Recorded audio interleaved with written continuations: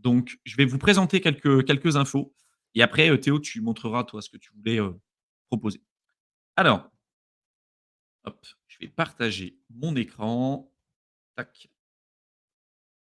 Est-ce qu'on voit mon écran? C'est bon, c'est bon. Nickel. Donc, juste, je vous rappelle, parce qu'il y a beaucoup de gens qui disent: «Ouais, mais les plateformes centralisées, il y en a qui marchent très bien. Binance fera jamais faillite, Coinbase fera jamais faillite, ou Kraken fera jamais faillite, il y aura jamais de problème». Je vais quand même vous montrer que ce soit des plateformes. Alors, il y a beaucoup de plateformes ou des bridges, qui se sont fait hacker, d'accord? Ou des plateformes DeFi aussi, parce qu'il y a beaucoup de protocoles qui se sont fait hacker. Donc, il y a un premier site qui va vous montrer, en fait, les gros hacks qu'il y a eu dans la crypto depuis le départ. Alors Ronin, d'accord, c'est pas une plateforme, centralisée ou du moins, il y a toujours des degrés. En fait, quand on dit Binance, c'est une plateforme centralisée parce qu'il y a des bureaux, parce que voilà. Après, si on parle par exemple de Solana, est-ce que vous considérez que cette plateforme est décentralisée? D'accord? Ils ont quand même des bureaux et tout, il y a très peu de validateurs. On a fait un live avec Mickaël qui vous expliquait que clairement, c'était, pas la plateforme la plus décentralisée qui existait. Et vous voyez, c'est peut-être plus décentralisé qu'un Binance, tu vois? Et encore, je pense qu'on peut mettre des grosses pincettes dessus. Donc là, en fait, sur ce site, ils représentent, en fait, tous les hacks qu'il y a eu et parmi les plus gros hacks, quand même, on retrouve des plateformes comme FTX, hein. Donc il y a eu FTX, il y a eu le bridge de Binance, Coincheck, MTGOX, Wormhole qui est un des bridges aussi, il y a eu Mixin, pas mal de plateformes, décentralisées, Euler Finance, Bitsmart qui est une plateforme centralisée. Bref, des hacks en fait, il y en a eu plein, plein, plein, plein, plein, plein, plein, plein, énormément.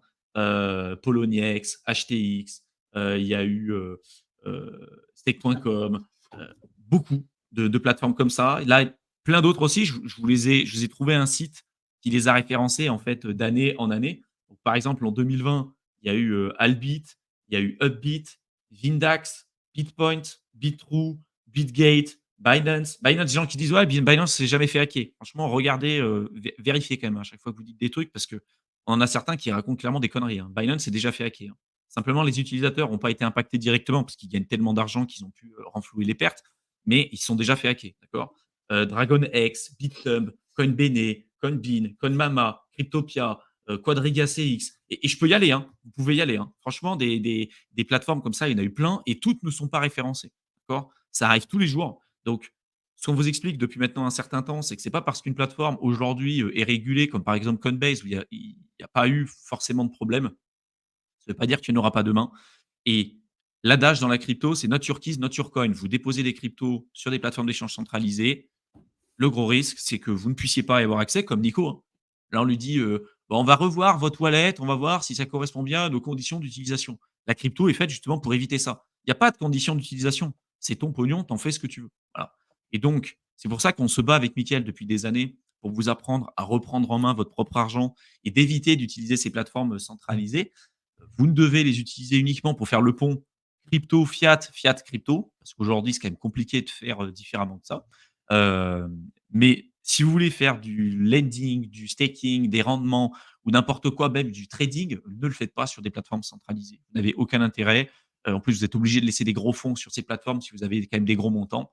Et l'histoire nous apprend qu'aujourd'hui, on ne peut pas faire confiance à ces plateformes-là. Il y a d'autres risques, en plus de ça, qu'on va évoquer un petit peu plus tard, notamment spécifiquement pour le cas de Celsius. Il arrive même, quelquefois, qu'il y ait eu des erreurs, comme par exemple le cas de crypto.com, qui a transféré à un moment donné, il voulait, faire un refund, donc un remboursement de 100 $ à un utilisateur et ils se sont trompés, ils ont envoyé, 10 500 000 à un client au lieu de 100 Une $. australienne. Voilà. Forcément, le client, qu'est-ce qu'il a fait? Il s'est barré avec la thune. Il s'est barré avec la thune, il l'a pas rendue, sauf qu'il a fait son KYC, hein, sur la plateforme d'échange.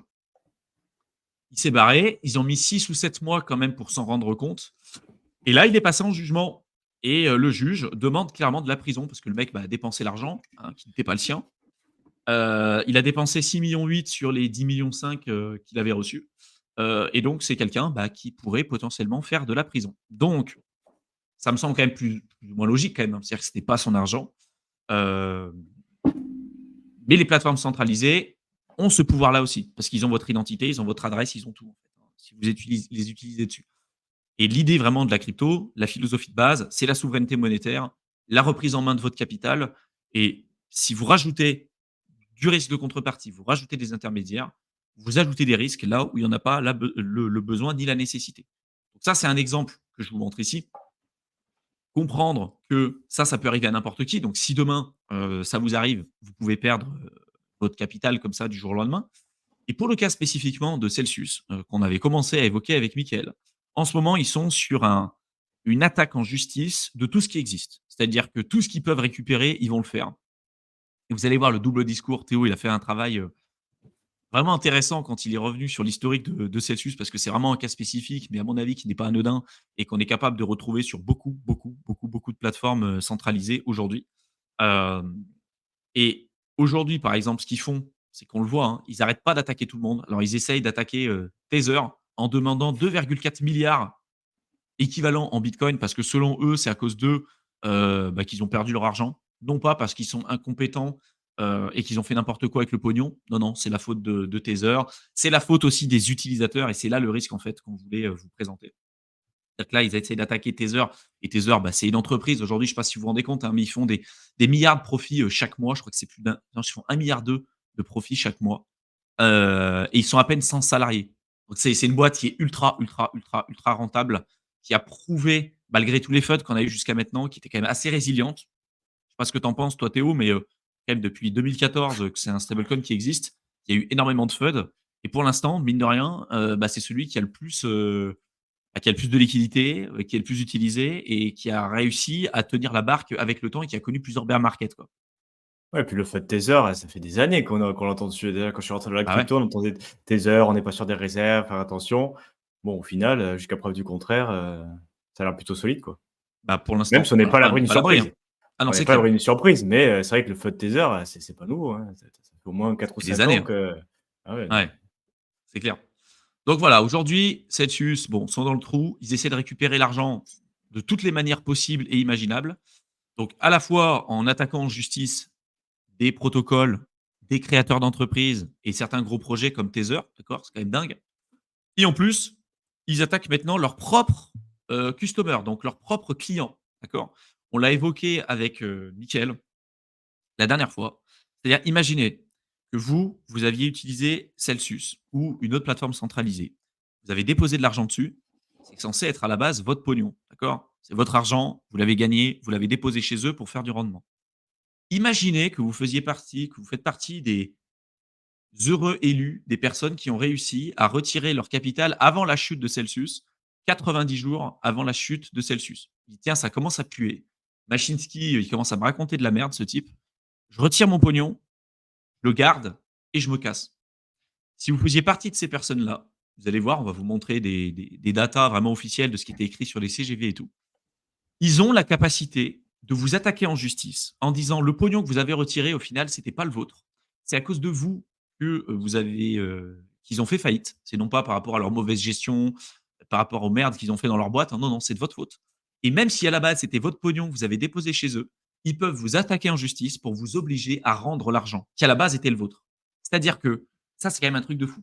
C'est-à-dire que vous vous dites: «Je dépose de l'argent dans une plateforme centralisée». Même si vous le retirez et vous faites partie des heureux élus à retirer votre capital. Vu qu'ils ont votre KYC, qu'ils ont votre carte d'identité, ils ont votre adresse mail, ils ont votre adresse physique, ils ont tout. Ils ont la possibilité de vous attaquer en justice et de vous obliger à rendre l'argent que vous aviez déposé initialement chez eux, alors qu'à la base, c'était quand même votre pognon.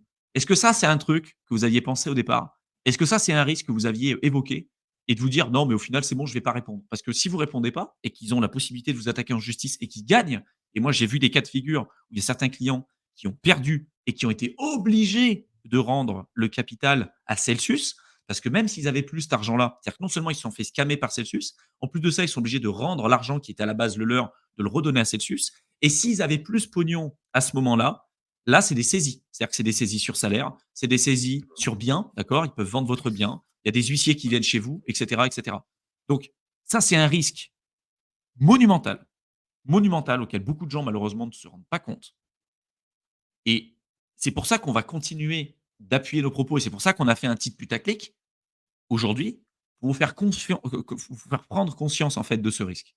Il y a très peu de gens sur internet qui vont vous dire d'éviter les plateformes centralisées parce qu'aujourd'hui, la grosse majorité d'entre eux font de l'affiliation, notamment, sur des produits de trading à effet de levier et tout et eux vont gagner de l'argent à partir du moment où vous allez en perdre. Nous, c'est pas le cas, d'accord? On est autonome, on est indépendant, on n'a pas besoin de ces plateformes-là, on s'en fout. Heu et on n'est pas rémunéré par ces plateformes pour quoi que ce soit. Donc si demain on dit que c'est pourri, d'accord? On peut vraiment dire ce qu'on veut. On n'est pas tenu d'une manière ou d'une autre pour dire vraiment ce qu'on a en tête et vraiment la réalité, en fait, du marché. Parce que c'est ça la réalité. La réalité, c'est que vous pouvez tout perdre du jour au lendemain et que même si, à un moment donné, vous retirez votre capital, vous avez signé des CGV, des conditions générales de vente et des conditions d'utilisation quand vous utilisez certaines plateformes d'échange centralisées. Et ces plateformes d'échange centralisées ont la possibilité, pour certaines d'entre elles, de récupérer votre argent si jamais elles en ont le besoin et si jamais elles en ont la possibilité. Ça, c'est quand même un truc de Mmh. fou. Je vais Ouais, terminer sur ça. ouais, Heu, c'est sûr que j'avais aussi. C'est sûr que j'avais aussi, pour commencer. voilà, Vas-y, vas-y, présente-le. un utilisateur, qui s'est fait, du coup attaquer en justice pour avoir retiré 100 000 après la faillite du coup de Celsius. Donc vous voyez, imaginez, vous dites: «OK, j'ai de l'argent, je le dépose chez Celsius, je retire mon capital avant qu'il fasse faillite». Bah non, non, en fait, les 100 000 ils étaient pas à vous, vous allez les rendre maintenant. Attendez, c'était les miens à la base. J'ai le droit de retirer mon argent comme je veux. Bah non, non. En fait, non, non, vous avez signé des CGV qui fait qu'en fait, quand vous déposez votre argent chez eux, même si vous le retirez, au final, c'est plus le vôtre.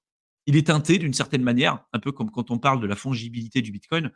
Bah là, c'est la fongibilité en fait de votre portefeuille et de vos cryptos, c'est teinté et c'est teinté d'une saloperie, qui est très compliquée à retirer et il y a eu 1 500 comptes, hein, qui se sont fait attaquer et ils ont récupéré 100 millions de dollars comme ça, hein.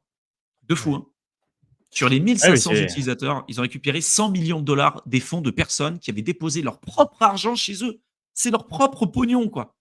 oui et puis surtout, en plus, il y a le cas, bon, du mec qui l'a senti venir, mais tu as peut-être le cas aussi, j'ai pensé à ça hier. Il y a très certainement des gens qui avaient un peu de sous, je sais pas, 200 000 $, 300 000 qui disaient, bah, en stablecoin ou en bitcoin: «Écoute, sur une partie de mon portefeuille, je vais l'utiliser un petit peu pour faire quelques rendements». À un certain moment donné, ils se sont dit: «Bon, mais c'est bon, j'en ai assez», sans connaître ce qui se passe, sans écouter Machinski, sans rien Ouais. du tout, juste indépendamment, et les mecs, ils avaient ça, ils ont déposé sur la plateforme. Ils se sont dit: «OK, je fais fructifier mon truc, je prends mes, parce que je sais pas si j'avais du sel en plus sur la plateforme pour gagner, 2-3-4-5 % en Ah et plus». ça On dit ça en toujours, plus. hein, c'est pour gagner, 4-5-6 % en plus. Voilà, le mec, il a peut-être laissé 1 an, 8 mois sur Celsius. Au bout d'un moment, il dit: «Putain, cet argent, OK, bon là, je le mettais là, le temps d'acheter, de trouver une maison à acheter, de trouver une voiture à acheter, de trouver ce que j'avais envie d'acheter. OK, c'est bon, j'ai mon objectif dans la vie réelle, encore une fois. J'ai besoin de mes cryptos, je les sors de Celsius, je fais mes achats, je dépense mon argent que j'ai en tout bien tout honneur, de manière toute honnête, gagné. Voilà, je fais ma vie, OK, ah, Celsius, putain, j'ai bien fait de retirer. Ah putain, je savais pas. Ah, ils sont en banqueroute. Ah putain, il y a des nouvelles de partout. Ouf, heureusement que j'ai retiré mon argent. Moi, je savais même pas, je m'étais pas préoccupé». Et ce qui n'empêche non pas que 2 ans après, tu peux recevoir un mail, toc toc Ou une toc, lettre. oui, ou une lettre recommandée: «Bonjour, bonjour, oui, c'est pourquoi? C'est Celsius». «Mais quoi? Tu te souviens Mmh. des 100 000 €, 200 000 € que tu avais retirés chez nous?» «Oui». «Oui». «Oui, bah, au final, il y a une loi qui nous permet de t'en prendre, ou de te demander au moins 30 %. Tu nous les donnes?» «Ben, allez vous faire foutre, bande de connards». Tu sais, tu dis au bout Ouais, d'un c'est ça, moment ouais, c'est au ça. bout d'un moment: «Ah, ah, c'est dommage, tu as loupé la date limite. Bon, mais maintenant on va t'attaquer en justice». Et c'est en fait, c'est Ouais. un petit truc, mais c'est ce qui est vraiment en train de se passer, et on va expliquer pourquoi, et pourquoi, au final, les juges leur donnent raison, parce qu'au final, ils ont le droit de faire ça. C'était marqué et la loi, les protège dans ce cas-là. Donc ça a beau être, il y en a qui ont mis des rats, je pense que le terme est un peu light pour qualifier, toutes les personnes impliquées dans ce truc-là, C'est des mais fumiers de chez fumiers, c'est vraiment ouais, horrible. c'est les pires ordures que voilà de bon bref, mais par contre, voilà, on va aller étudier un petit peu pourquoi, au final, les CGV, les Thermofuse, personne les lit, et au final, dans ce cas-là, tu vois, c'était écrit, quoi. C'était écrit Ouais. qu'ils pouvaient le faire et ils le font. Donc au final, tu vois, c'est un peu tout le monde est C'est surpris, et magique. ça, c'est un peu, ouais, ouais, c'est ça, mais ça, c'est la news qui fait bondir tout le monde. Mais au final, on va aller regarder un petit peu et tu te dis: «Ouais, beh, au final, de faire ces recherches, de vraiment creuser où on met son argent, tu aurais pu un peu le voir venir». Après, Ouais et moi, d'é c'est et d'é et que d'é et d'éviter les plateformes centralisées parce que là, on va vous montrer le cas de Celsius et aujourd'hui, vous parlez de Binance, on parle de FTX, on parle de Coinbase, on parle de Kraken. Vous avez lu les CGV? Vous avez lu les conditions d'utilisation? Ceux qui nous disent aujourd'hui: «Ouais, c'est génial Binance, ils ont de la thune, ils feront jamais faillite». Même s'ils font faillite ou même s'ils le font pas, si demain ils ont un problème, qu'est-ce qu'ils font qu'ils pourront pas faire un Celsius 2.0 là? Il y a même des Celsius, truc de fou, pour en revenir sur eux parce que vraiment eux, c'est les derniers des fumiers, mais vraiment, mais je truc de fou. Ils ont propo tu sais, ils vont relancer leur truc. C'est un peu comme FTX, tu vois? Ils vont peut-être relancer leur truc Et ils obligent les utilisateurs, c'est-à-dire certains pour dire: «On va pas te rembourser l'intégralité de ce que tu as perdu chez nous. Non seulement on va récupérer de la thune que tu as retirée qui était ta thune à toi et tu vas devoir nous la donner, mais on va te donner un avoir en token sell sur le prochaine relancée de Celsius». Donc en fait, tu auras des parts sur un token pourri d'une plateforme dont on a rien à foutre en fait, qui sera coté, nettement moins bien qu'avant, et ils t'obligent à racheter ce token, quoi. C'est un truc de fou, hein, et ils arrivent à un moment donné, ils ont même relancé une levée de fonds pour relancer Celsius et il y a des investisseurs qui ont réinvesti dans le truc. Moi, je me dis: «Mais à quel point le monde, il part en couille». Je je comprends pas, enfin si, je comprends pour ceux qui font ça parce qu'ils vont rentrer très tôt sur un projet et comme les VC qui sont rentrés à 2 centimes sur Solana, bah, ils vont faire des thunes. Mais, aux dépens, de beaucoup d'autres personnes et notamment des particuliers qui, eux, se font rect, comme à chaque fois. Donc ça, c'est un des risques auxquels vous êtes exposés, que personne parle, personne évoque, parce que beaucoup de gens ne sont pas au courant. Et là, on va vous démontrer le cas de Celsius pour vous montrer qu'ouvertement, ils ont menti, ils continuent de mentir, ils continuent de dire n'importe quoi aux gens et que même si vous avez retiré votre argent, parce que j'insiste bien sur le votre argent, bah, au final, vous rendez compte que c'est pas votre argent parce qu'il est teinté sur la plateforme et vous avez signé des CGV que vous avez de toute façon même pas lu. Qu'est-ce qui empêche aujourd'hui des plateformes comme Binance, Kraken et tout le reste de faire exactement la même chose? Voilà. Donc si vous laissez votre thune, en fait, sur ces plateformes, que vous faites du staking, du farming ou n'importe quoi, vous pouvez tout perdre. C'est pas dit que ça sera le cas, d'accord? Je ne sais pas de quoi l'avenir sera fait. Et pourquoi rajouter un risque comme ça, alors que si aujourd'hui vous prenez le temps de vous former, vous prenez le temps de faire les choses correctement, vous pouvez faire bien mieux avec nettement moins de risques. Donc vraiment, ceux qui veulent profiter de ces périodes-là pour pouvoir se former et aller plus loin en crypto, vous avez le programme Crypto Investisseur dans la barre d'infos qui vous apprend à devenir autonome, d'accord? 50 heures de contenu qui a pour objectif de vous permettre de devenir autonome dans vos investissements en crypto et le programme d'accompagnement qui vous permet d'aller encore plus loin et de suivre ce qu'on fait avec Mickaël à l'instant T.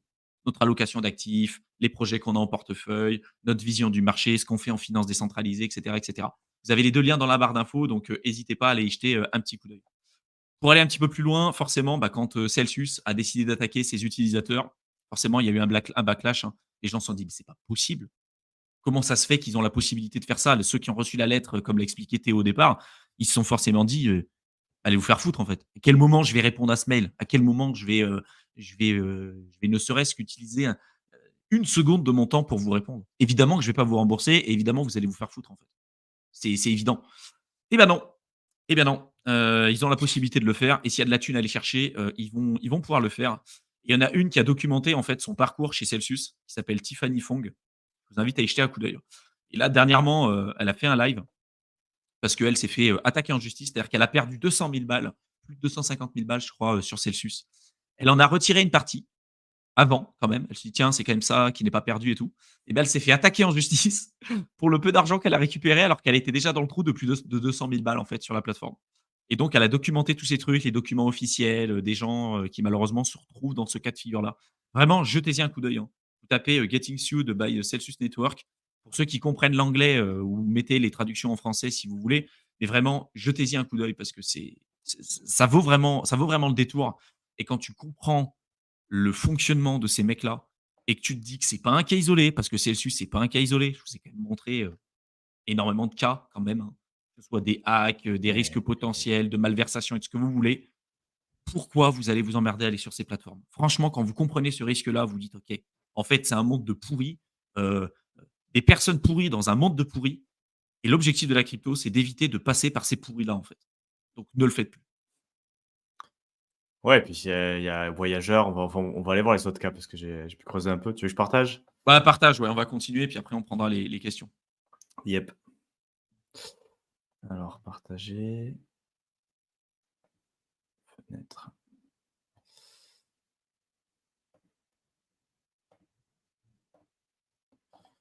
Tu vas me dire si on me voit. Ouais. Hop, c'est bon.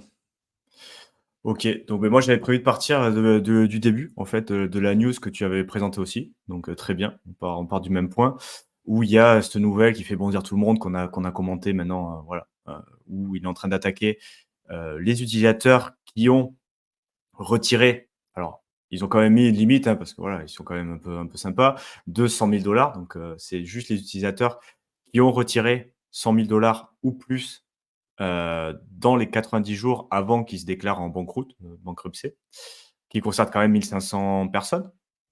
où ils ont pu retirer 100 millions et on va voir dans quelles conditions ils ont pu retirer ces 100 millions et pourquoi c'est pas fini. Parce que c'est pas fini cette histoire-là. Ouais. Donc en finale, bon, comme d'habitude, on va essayer de faire la traduction en live de l'anglais, donc à voir comment ça se passe. Donc en fait, ce qui est l'administrateur, parce ils ont des personnes du coup qui s'occupent de leur banqueroute, qui font le lien aussi avec les cours de justice, donc le tribunal, on peut dire il y a différents, comme en France, hein, il y a différentes instances de tribunal. Bon, il y a un spécifique qui s'occupe de ces cas-là, de faillite d'entreprise, tout simplement. Et donc en fait, maintenant, ils ont déjà fait, qu'on ira voir après, mais en fait, ce qui se passe maintenant, c'est qu'ils attaquent les personnes qui ne leur ont pas répondu d'abord. Donc on ira voir après, mais en fait, là, ils sont en train d'attaquer les personnes qui n'ont pas répondu à leur premier appel, à leur première lettre. Parce que, comme tu as dit Thibaut, il y en a qui ont dit et effectivement, moi j'aurais été de leur avis et si j'avais pas creusé tout ça, je me dire: «Bah, allez bien vous faire foutre, quoi». Vous m'avez fait perdre de la thune, vous avez fait perdre de la thune à des milliers de gens, des milliards, vous vous êtes comportés comme, voilà, les pires ordures. Ils ont Mais menti. Sur toute la ils ligne, a ils ont non, menti. oui, voilà et puis ouais, tout, il y avait tout. Tout ce que vous pouvez imaginer de saloperies, ils l'ont fait, quoi et donc bon bref, mais il y a quand même une notion qui s'appelle withdrawal preference exposure, c'est-à-dire que, les retraits préférentiels, donc tu peux être exposé au risque de retrait préférentiel. C'est ce qu'on va aller voir un petit peu de quoi il s'agit dans d'autres documents. Pour ça, on rentre un peu dans le légal, mais bon, ouais, on va le toucher un petit peu parce que je pense qu'on peut quand même comprendre un petit peu ce qui se passe. Tu vois, Donc selon 90 jours, Prior, It's ouais, Chapter ouais, 11, Bankruptcy. ouais, C'est-à-dire que bah, oui, tous ceux oui, qui ont oui. retiré 90 jours avant le truc, avant la bankruptcy, Ouais, pouvaient mais s'en ça, on mettre. va voir parce qu'il y a des commentaires en disant: «Mais d'où la justice donne raison à ces personnes-là?» Ben, on va voir Mmh. parce que c'est marqué. C'est marqué quelque part et c'est marqué dans des choses qui touchent plus que la crypto même. Donc ils me disent, selon alors Moshin Mehdi, je sais pas si ça se prononce comme ça, qui est la personne en charge de la liquidation et de la récupération des fonds de Celsius. Ceux qui ont réussi à retirer leurs fonds dans les jours qui ont, mené, à la faillite ont reçu un bénéfice, alors unfair, ça serait un peu, Non équitable, quoi. injuste Injuste. par rapport aux autres, à la dépense donc des autres, heu, porteurs, de D'accord. comptes sur les utilisateurs de Celsius qui n'ont pas réussi à retirer et qui se sont fait avoir, comme la plupart des gens au final, parce qu'il y a très peu de gens qui ont réussi à retirer leurs fonds et encore moins des grosses sommes, comme ces comptes-là et donc en fait, il y avait déjà eu un, settlement donc un accord où ils avaient déjà envoyé en donc ça c'était cette news de janvier au final, où il avait dit le clawback, donc ils sont revenus et en fait, ils avaient déjà envoyé une lettre en janvier avec une deadline, fin janvier 2024 aux utilisateurs concernés, donc c'est-à-dire aux 1 500 personnes qui avaient réussi à retirer leurs 100 000 dans les 90 jours. Il leur avait dit: «Vous êtes exposés au retrait préférentiel», donc c'est-à-dire, selon la loi, vous êtes considérés que vous avez bénéficié, vous, d'un retrait préférentiel par rapport aux autres utilisateurs qui sont dans la procédure de faillite actuellement. Donc, si vous avez retiré 100 000 hem, vous pouvez régler votre, dette, parce que la liability, donc on parle bien de dette, donc vous avez une dette envers nous pour avoir bénéficié, selon la loi, d'un retrait préférentiel, donc vous devez nous payer. Donc dans ce cas-là, ils ont quand même été, je sais pas pourquoi, ils ont mis 27,5 des fonds que vous avez retirés avant le 31 janvier 2024.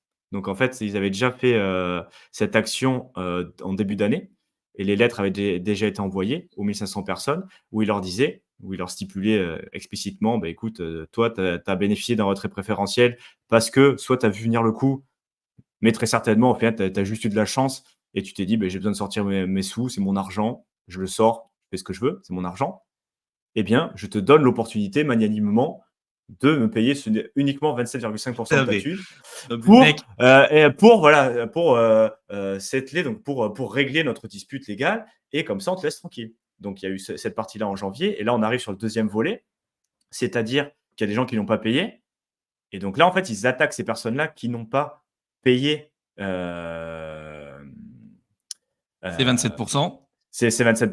Maintenant ils les attaquent pour la totalité de la somme retirée. Donc voilà, c'est ça en fait la deuxième Tu étape qu'on est en train de. Non, mais c'est un imagines truc de cet fou, argent-là, quoi. tu l'as plus. Imagine cet argent, tu l'as plus en plus Mais parce oui, que tu as des oui, mecs oui.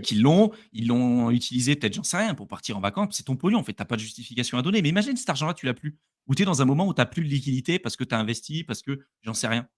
Tu as une dette. Tu as une dette envers quelqu'un, on va t'attaquer en justice, on va te prendre ce que tu as, parce que de toute façon, ils auront raison. On va te prendre ton immobilier, on va te prendre ta maison, on va te prendre ta voiture, on va te prendre des saisies sur salaire, on va te prendre des trucs sur de l'argent qui était à toi.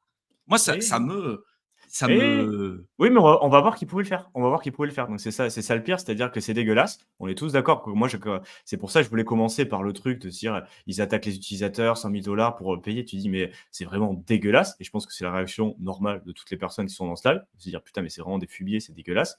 Et en plus, pourquoi la justice leur donne raison? Mais on va voir que c'est normal. En fait, c'est selon la loi, c'est normal. Donc en fait, ceux qui ont settle, donc c'est-à-dire ceux qui ont réglé la dispute, tout simplement qu'ils ont payé ces 27%, ont reçu une release, donc avoidance action, en fait, ce qu'ils appellent avoidance action, donc action d'évitement, c'est pour le débiteur, donc Celsius dans ce cas-là, c'est-à-dire qu'ils peuvent éviter le paiement. Alors c'est rétroactif, mais c'est-à-dire qu'ils ont fait des paiements à un moment donné alors qu'ils étaient en phase de faillite. Ces paiements et ces retraits, du coup, qu'ils ont payé leur dette tout simplement, ils ont tout simplement rendu l'argent aux utilisateurs. Ça peut bénéficier de l'avoidance, donc ils peuvent dire que ces paiements, au final, ils auraient pu se les éviter et donc engager cette procédure de withdrawal preference et demander donc un paiement d'une somme.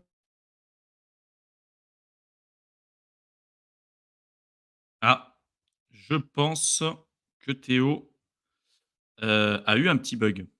Bon, en attendant qu'il se reconnecte, les gars, je vais y reprendre deux, trois de vos questions. Ah, tu vois, Romain, c'est bordel, c'est fou. J'ai des fonds sur FTX. Bah, tu avais des fonds en fait sur FTX. Tu as vu les problèmes que ça peut engendrer. Abdel qui dit c'est quand même fou que personne n'en parle de ce racket chez Celsius. Mais ouais, parce que beaucoup de gens ne le suivent pas forcément. Et, et c'est la triste réalité en fait. Nous, on essaie vraiment de vous montrer la réalité telle qu'on la voit et telle qu'elle existe en fait dans le marché crypto. Et ça, je pense que c'est pas non plus que sur le marché crypto. Je pense que c'est valable aussi sur plein d'autres choses à côté. Mais vraiment, soyez vigilants parce que vous vous rendez compte quand même de ce truc de fou. C'est quand même un truc de fou. Comme tu dis aussi, Romain, ouais, il faut lire les CGV conditions de South Park qui a fait l'épisode sur le sujet Human Centipede avec Apple sur cela. Ouais, c'est clair, c'est clair. C'est exactement ça. Franchement, si vous l'avez pas vu cet épisode de South Park, jetez un coup d'œil parce que c'est exactement ça. PJ qui dit est-ce qu'on retrouve les conditions de Celsius sur d'autres plateformes? On en parlera un peu après. On en parlera un peu après de ça. Tiens, Théo est de nouveau présent. Prenez Putain. quelques questions en attendant. Ok, parce que du coup, je sais pas où je me suis arrêté, parce qu'à un moment, j'ai fait, c'est bizarre, j'entends rien. Est-ce que vous Ouais. m'entendez? Est-ce que vous m'entendez? Ouais, Une t'as erreur est frisé, survenue. t'as frisé, t'as J'ai frisé. frisé, putain. Bon, Bon, je récupère ton mets, truc, je prends deux trois questions en attendant.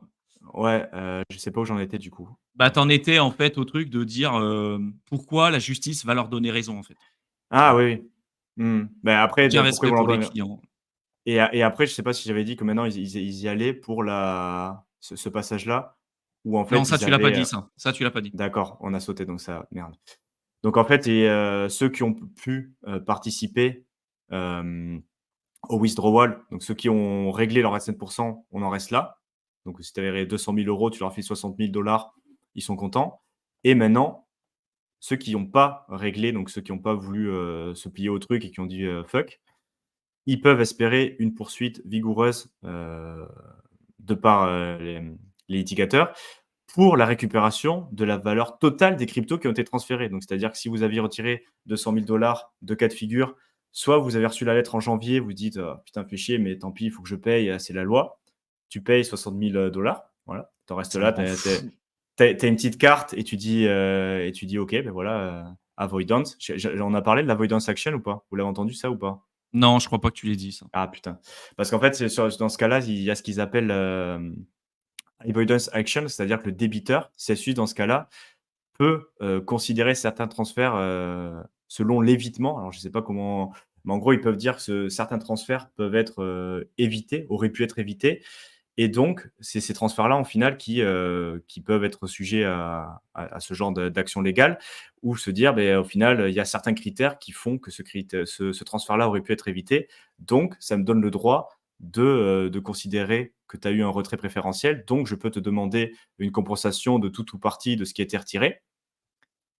Donc, il y avait cette partie-là en janvier, et là, on est sur la deuxième partie. Donc, ceux qui n'ont pas réglé Leur les dette, ouais. 27 maintenant, ils les attaquent pour la totalité de la somme qui a été transférée.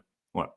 Mmh, c'est ce qu'ils disent celui qui gère la faillite de Celsius. Ceux qui n'ont pas réglé peuvent espérer des poursuites vigoureuses pour la totalité de la somme qui a été transférée. Donc maintenant, si vous aviez 200 000 euros, que vous aviez eu la chance, d'une manière ou d'une autre, de retirer dans les 90 jours qui ont précédé la faillite officielle de Celsius, si vous n'avez pas répondu à leur petite lettre en janvier, si vous n'avez pas transféré les sous, maintenant, ils vont vous attaquer pour la valeur totale du transfert. Voilà. Après, je me pose la question, je me dis si tu es résident, t'es résident français, vu que là-bas, c'est le droit américain, en fait, qui se fait, tu vois, un peu le fer de lance du truc, tu vois. Je me dis, si toi, tu es un résident français, tu as investi sur Celsius, tu as retiré ton capital, est-ce qu'eux, ils peuvent t'attaquer en justice, même s'ils le font? Est-ce qu'au final, si tu réponds pas, ils peuvent faire quelque chose? Il y a pas de, Mais il je sais pas faudrait, s'il y a un droit, il y a des droits d'extradition ou tout. ben, je sais pas si on parle d'extradition et tout, mais il faudrait voir au final, parce que là, on parle bien évidemment de la partie US avec les droits des sociétés, des faillites US. Je sais pas comment ça se passe en France. Donc, je sais pas quelle société en Europe ou en France était utilisée, quels sont les droits de faillite et tout. Là, on Ouais. parle du cas États-Unis, mais à mon avis, tu vois, il doit quand même y avoir des possibilités de faire des choses comme ça en Europe aussi, tu vois. Donc, il faudrait creuser parce que pour l'instant, j'ai pas creusé cette partie-là. Mais c'est pour vous montrer que les termes of use, les conditions d'utilisation, elles peuvent être, voilà, parce que tu sais, il y a pas tout le monde non plus qui regarde ce live qui est en France non plus, donc voilà, c'est pas non plus, c'est pas parce qu'on est français et que c'est pas en français qu'on est totalement immunisé contre ce genre de truc, tu vois? Non, c'est clair. Et donc en fait, tu as plusieurs notions qui arrivent, donc c'est des termes légaux, mais qui impactent, voilà, grandement les gens. C'est la potentielle préférence et des potentielles préférences exposure. Ça, on l'a vu précédemment, mais c'est vraiment toi en tant qu'utilisateur d'une plateforme, mais ça peut être une plateforme d'investissement, n'importe quelle entreprise en fait, parce que là, c'est des termes qui sont dans le droit des faillites des sociétés. Donc toi, en tant qu'utilisateur, tu peux être exposé potentiellement à avoir des retraits préférentiels pour avoir retiré tes cryptos.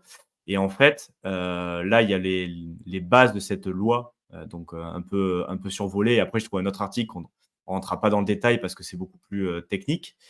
Mais en fait, il y a une Essaye de zoomer un section. peu. Essaye de zoomer un peu si Ouais, tu peux. alors, Ouais, nickel.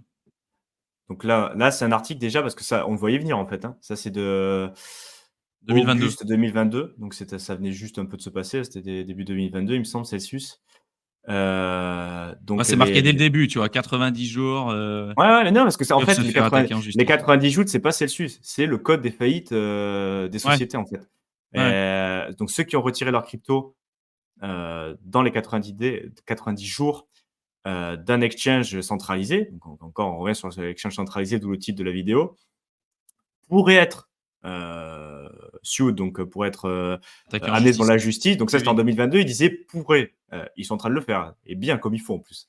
Pour être attaqués, pour avoir eu des retraits préférentiels selon la section 547 du code de bankruptcy, donc du code de faillite des entreprises. Donc c'est pas uniquement Celsius, c'est pas uniquement les entreprises crypto, c'est toutes les entreprises un petit peu même d'investissement, des fonds d'investissement, des choses comme ça. Parce que ce cas-là, c'est pas Celsius le 1er, mais Voyageur, donc hedge fund, ils ont aussi eu le même type d'action avec leurs clients, qu'on va voir après. Mais en fait, ce qu'ils disent, c'est que le but de la section 547 du code de faillite, c'est d'assurer que tous les créditeurs, donc les utilisateurs dans ce cas-là, soient traités de manière similaire et égale, et que aucun créditeur ne soit préféré aux autres dans le cas d'un run-up.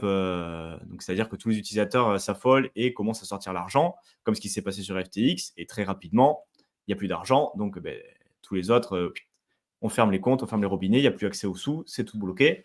Mais il y en a quelques-uns qui sont considérés comme préférés. Donc, ils ont eu un traitement préférentiel par rapport aux autres. Et il y a une section du code de la banqueroute, de la faillite des entreprises qui est censée protéger de ça. Mais il faut quand même établir certains points, certaines choses pour pouvoir être dans ce cas-là.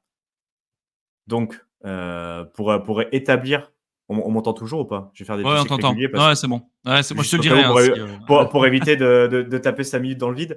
OK, donc pour éviter pour constituer le délit, pour qu'on caractériser un petit peu, savoir si on rentre dans ce cas du retrait préférentiel ou non. Donc premièrement, c'était un transfert de la propriété du débiteur. Donc déjà, tu peux dire: «La propriété du débiteur, c'était mon argent au final, tu vois? C'était pas la propriété de Celsius». Eh beh non, parce qu'on va aller voir après dans les dans les conditions d'utilisation que c'était réellement la propriété du débiteur, donc de Celsius, débiteur dans ce cas-là. Donc c'était un bien transfert de sa propriété qui a été fait à raison d'une dette qui existait au moment du paiement. Donc effectivement, ils avaient bien une dette envers toi, parce que c'était pas bon, c'est un peu comme si tu l'avais et même carrément comme si on leur avait prêté notre argent et que du coup, la propriété était à eux. Donc c'est les C'est 2 ça, premiers tu points leur sont prêtes, valides. hein. C'est comme une banque, hein. Oui, Tu prêtes ou dans oui, tu une leur boîte, hein, prêtes. tu prêtes ton pognon. Ils avaient bien une dette qui existait, au moment du paiement, a été fait alors que le débiteur était insolvant, donc c'est-à-dire Il le qu'il avait savait, plus ça veut dire qu'il le il savait sur ces il périodes, en il plus. avait plus de dettes que, liabilities, mais dans ce cas-là, du débiteur, c'est de l'argent, en sa possession, a Tu été fait pendant les 90 jours avant, Quel connard. heu, le la, la déclaration de faillite tout simplement, où ils ont dit officiellement: «Ah oui, on est en faillite, au final, on peut plus payer». Donc là, Tu tous les points qu'attends, pour l'instant, c'est pendant ces vérifié. 90 jours pendant ces 90 jours, tu te souviens qu'avant qu'ils disent ouvertement: «On est en faillite», Mashinsky disait aux gens: «Envoyez de l'argent sur Celsius, c'est du FUD, il y a pas de problème». Alors que là, Ouais, c'est ouais. marqué qu'ils savaient pertinemment qu'ils étaient déjà en faillite. Ils le savaient et ils savaient très Mais bien ça que du coup, il allait avoir ce droit de pouvoir récupérer le pognon. Donc tous les gens qui déposent leur pognon sur ces périodes-là, alors que lui, il savait qu'il était en faillite, c'est de l'argent qu'il pourrait récupérer après. Mais le fumier monumental du gars, quoi. C'est vraiment, ouais. mais oh. Ouais et puis après, tu as 5e point, a permis au créditeur, donc à celui qui a retiré l'argent, de recevoir plus que, ce qu'il aurait reçu normalement dans le cas d'une faillite. Donc c'est-à-dire, si le transfert n'avait pas été fait, donc c'est-à-dire s'il avait pas retiré son argent, combien il aurait reçu et très certainement, quand tu tombes dans ce genre de truc, tu reçois jamais 100 de ta thune, hein. Il y a les gens qui se sont servis avant, les frais d'avocat, tout ça. Si tu arrives à récupérer 50, c'est déjà énorme.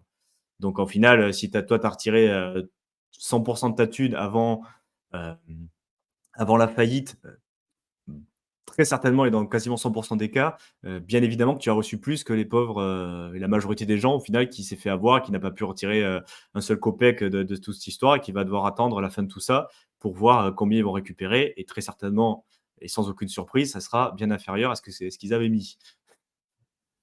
Et donc voilà, ça c'est un peu les 5 cas de manière un peu résumée de qu'est-ce qui caractérise si un transfert ou un retrait peut être caractérisé comme préférentiel. Et on va voir que dans le cas de Celsius, tous ces points-là étaient réunis et notamment, c'était bien une propriété du débiteur, c'était bien une propriété de Celsius qui était transférée. Et donc après, il y a des, on mettra peut-être les liens. Il y a d'autres cas aussi que j'ai trouvé récemment. Donc là, on est carrément sur un journal de loi qui date de cette année. Et c'est une analyse, donc c'est assez intéressant, même si c'est assez technique et en anglais, parce que c'est des termes légaux et en anglais. Mais au final, il n'y a pas que, que Celsius qui est concerné. Il y a aussi Voyager, donc le hedge fund, qui a fait faillite, FTX, donc Genesis aussi, BlockFi, donc tous ceux qui proposaient aussi des produits de earning. On m'entend toujours ou pas? Check. Ouais, je t'entends. Ouais, c'est bon, c'est bon. Check tout, OK. Donc il y avait aussi d'autres entreprises et dans plusieurs de ces cas, il y a eu cette procédure qui a été invoquée pour récupérer de l'argent. BlockFi Heu, aussi, genre même BlockFi et tout, Voyager, non, c'est ça que tu avais dit? ouais, Enfin, Inlight même Invisible, les autres. regarde, Statutory Committee, Maximize Value, Putain, même les autres, ils l'ont Weather fait. Weather Custom donc si les retraits,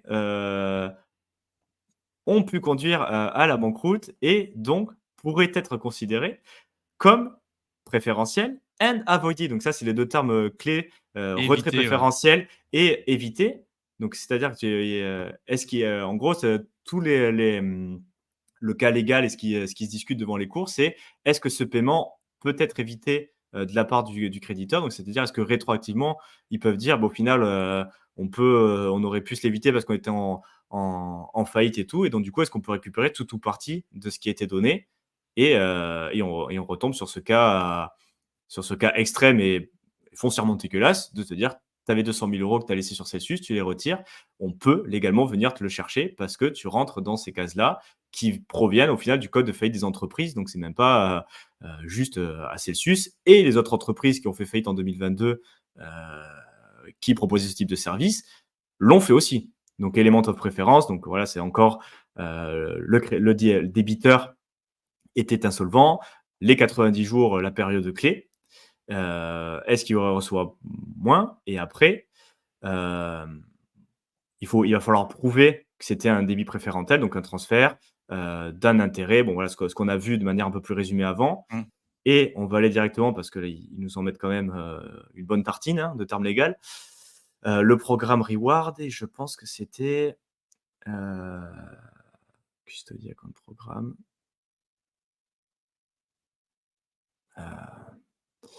Alors attends, je vais essayer de Imagine retrouver. si tu as plus l'argent au moment où, si au moment où ils te réclament le truc, tu as plus l'argent.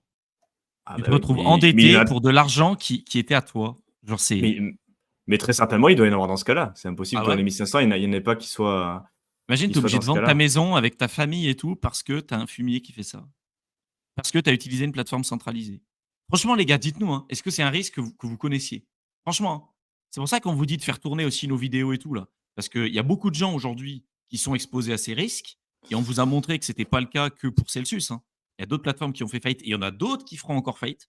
Je vous ai montré plein d'exemples de plateformes qui ont fait faillite, Cryptopia, Quadriga CX, MTGOX, et cetera, et cetera. D'accord? Ils ont tous la possibilité de faire ça. Tous. Est-ce qu'aujourd'hui, ça vaut le coup? Je vous pose la question, hein. Faire, 5 de rendement sur votre BTC ou de 2 de rendement sur votre BTC, sur Binance, est-ce que ça vaut le coup de prendre ce risque? Franchement, hein. Tu vois? Et puis FTX, c'est pareil, hein, FTX Settlement Proposal, donc eux, ils ont fait une proposition aussi. Se proposer settlement, donc la proposition, ils vont pas poursuivre ceux qui ont une exposure. Donc on parle vraiment d'exposition pour vous. Donc c'est vraiment la base du risque, exposition au risque. Vous avez une exposition au risque d'avoir fait des retraits préférentiels. Mais dans le cas d'FTX, ils sont plus sympas, c'est 250 000 $. Mais ils ont aussi cette procédure en cours, hein. Donc ça, on n'en a pas parlé. BlockFi, pareil. Consistent, nanana, ils ont fait aussi des trucs. Donc au final, c'est des trucs que moi j'ai découvert en creusant cette vidéo, que je ne connaissais pas, mais plutôt quelqu'un qui creuse quand même pas mal la crypto. Mais tous ces risques-là, en fait, on parle de Personne risque, n'en gestion parle. du risque, je ne le connaissais même pas, en fait. Et on se rend compte qu'il est là, quoi. Qu'il est Ouais. là. Et alors, j'arrive pas à trouver le passage, donc on va passer directement à la suite. En fait, dans le journal, ils disent la cour de justice, donc parce que là, c'est même pas Celsius ou quoi, c'est United States, donc la cour, le tribunal qui s'occupe des faillites aux États-Unis. En fait, ils considèrent que c'était suffisamment clair dans les conditions d'utilisation pour considérer que voilà, c'était vraiment la propriété. Les utilisateurs savaient à quoi ils s'engageaient s'ils interagissaient avec ces plateformes. Donc, du coup, tout ça, tout ce qu'ils sont en train de demander, c'est légal en fait. Et donc là, on a les conditions d'utilisation de Celsius. Donc j'ai été chercher, ça c'est les dernières 2022, mais parce que voilà, on aime bien aller creuser un petit peu plus. J'ai utilisé Wayback Machine, donc, je ne sais pas si ça vous parle, c'est le Internet Archive, Web Archive. En fait, c'est un site qui permet d'aller consulter des URL à des dates antérieures, où ils prennent des screenshots régulièrement de tous les sites web. Vous pouvez aller voir, c'est rigolo. Par exemple, Amazon, la tête d'Amazon en 2004 ou 2006. Donc, ça n'avait rien à voir avec ce qu'il y a maintenant. Mais vous pouvez aller consulter ces pages-là. On m'entend toujours ou pas? Check Ouais, 3. c'est bon, c'est bon. Je te le Check dirai, je te le 3. dirai. Ouais, Non, mais je te le dirai, la dernière fois, j'entendais plus rien parce que ça m'avait ah oui, déconné, ça oui. m'avait déco en fait. Donc, c'est pour ça que je fais des checks. Et donc, en fait, on peut aller consulter des utilisations comme ça. Et donc là, c'est les conditions d'utilisation de Celsius en 2021. Donc, en avril 2021, il me semble. 2021 Je vais mettre en 04 full. 04-10. Ouais, on est peut-être un peu petit, mais ouais, c'est en début d'année 2021, donc avant qu'il se passe quoi que ce soit, en plein bull market. Et on a la partie 14, donc déjà on s'est tapé, tu vois, à lire en anglais, voilà, Thermofuse, machin, la nature du service, plein de machins. Et moi, ce qui m'a quand même paru intéressant, c'est ce point 14. Donc, on va quand même le lire en entier parce que c'est quand même un truc de fou, si on l'avait pas lu. Donc, sur l'utilisation, consentiment pour l'utilisation par Celsius de vos Actifs digital assets, donc numériques. de vos cryptos. Donc, en considération des revenus qui sont générés par votre wallet Celsius et selon nos termes de Conditions service, donc d'utilisation. les CGV, vous autorisez Celsius. Alors, selon les lois applicables, donc ce qu'on est en train de voir maintenant, et pour la duration et la période durant laquelle vos assets digitaux, vos cryptos, du coup, sont détenus à travers le Celsius Wallet, donc un wallet de SEX, encore une fois, plateforme centralisée. Tous les droits et titres à ces assets, à vos cryptos, incluant ownership right, donc c'est-à-dire incluant les droits de Droit de propriété sur ces détention. cryptos, Ouais. les droits de détention exactement, et le droit, sans préavis de notre part, et donc sans aucune information, voilà, on ne vous informe pas, de posséder ces cryptos dans le wallet personnel de Celsius ou ailleurs, et de prêter, reprêter, hypothéquer, rehypothéquer, vendre, prêter, Oh putain! ou ailleurs, transférer et Oh utiliser putain! n'importe quel montant de ces cryptos, séparément ou avec d'autres cryptos, d'autres utilisateurs, Tu imagines, c'était tout avec écrit en fait, oui, genre c'est écrit putain. 2021, ça c'est les conditions d'utilisation de Celsius au 10 avril 2021. Putain. Oh nanana et nanana et pour une période bon donc ils peuvent faire ce qu'ils veulent, donc prêter, reprêter, vendre, donner, faire ce qu'ils veulent, les vôtres et celles des autres ensemble, pour n'importe quelle période de temps hem et sans garder au final, en possession de Celsius le contrôle de ces assets digitales. Et et les utiliser pour investir dans d'autres actifs digitaux. Donc en fait, ils pouvaient faire exactement ce qu'ils voulaient et c'est d'ailleurs ce qu'ils ont fait, ils ont fait n'importe quoi, mais ils avaient le droit parce qu'on avait dit oui. Vous êtes d'accord, vous êtes d'accord sur les points suivants. Vous pourrez éventuellement ne pas être, en possibilité d'exercer vos droits de propriété sur vos cryptos. Ah oui, tiens donc. Celsius Putain. peut avoir reçu des compensations en connexion, du fait de prêter vos cryptos, tout simplement de récupérer tous vos cryptos, de les prêter sur un protocole, décentralisé. Ils peuvent gagner des thunes en utilisant tes cryptos, quoi. Exactement, donc ils pourraient éventuellement recevoir, donc c'est bien évidemment ce qu'ils ont cherché à faire de manière très maladroite, de gagner, des cryptos grâce à vos cryptos, dans différentes entreprises, dans différents business sur lesquels vous n'avez aucun claim au entitlement. Donc tout ce qu'ils gagnent, avec vos cryptos, c'est pour leur gueule et toi, tu as rien à voir là-dedans. Tu as aucun droit là-dessus. Ceux qui ont emprunté de l'argent auprès de Peuvent Celsius faire peuvent défaut. peuvent faire défaut, partiellement ou entièrement, ce qui peut résulter dans la perte partielle ou totale de vos cryptos. Dans cette éventualité, vous autorisez Celsius, to use, d'utiliser, les actifs, digitaux, concernés pour absorber les pertes. Donc les pertes, c'est pour votre gueule. Ouais, exactement, voilà, c'est traduit en littéral. Celsius peut utiliser les, actifs, digitaux éligibles comme collatéral pour emprunter d'autres actifs digitaux dans différentes juridictions du monde. Heu et ces emprunts sont bien évidemment pour, le but d'optimiser les retours pour tous les membres et Celsius peut expérimenter des pertes, Hein. Mais c'est un ouais, truc de fou, hein. des pertes partielles de ce collatéral dans certaines situations et Celsius pourrait prêter vos, cryptos, les échanger, Mais pour les prêter à hedge and des exchanges, des hedge funds, ouais, et d'autres, pour échanger, voilà, which may provide full or partial collateral for any voilà, donc en gros, les conditions d'utilisation, mais qui sont toujours, d'actualité, donc ça, c'est celle de 2021. J'ai cherché celle de 2022. Alors, ils ont quand même rechangé un peu parce qu'ils sont sous une procédure de faillite. Ils ont rajouté un peu de quelques paragraphes par rapport à ça, mais preu ou prou, c'est la même chose. Donc s'ils se relancent, il faudra quand même regarder les termes d'utilisation parce que s'il faut, ils vont se relancer avec exactement le même paragraphe. Donc, ils ont changé un petit peu. Donc, le premier paragraphe, c'est le même, grosso modo. Ils ont juste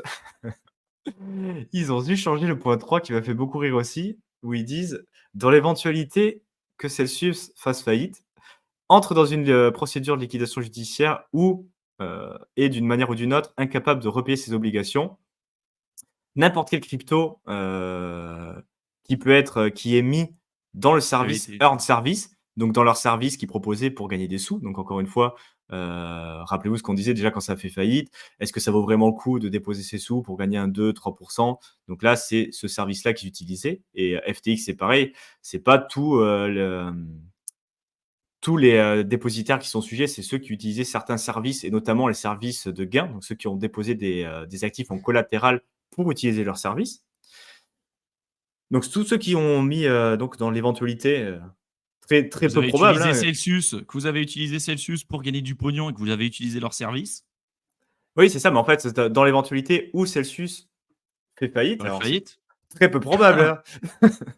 Mais c'est tout en fait, tous les assets qui étaient mis dans le Earn service service. earn service pourraient ne pas être récupérables et éventuellement, tu ne pourrais avoir aucun remède légal ou droit, en connexion avec Celsius, sur aucun de vos droits. Donc en gros, alors la traduction est un peu laborieuse, mais en gros, ils vous disent: «Dans l'éventualité où on fait faillite dans le futur», donc si on se relance et Aucun que droit vous sur avez tes cryptos. utilisé, tu as aucun droit. En fait, tu vas te faire foutre, potentiellement, ça ne sera pas récupérable et tu n'auras, potentiellement aucun droit, par rapport à Celsius, par rapport à ça. Donc en gros, on prend tes cryptos, tu vas te faire foutre et c'est parfaitement légal.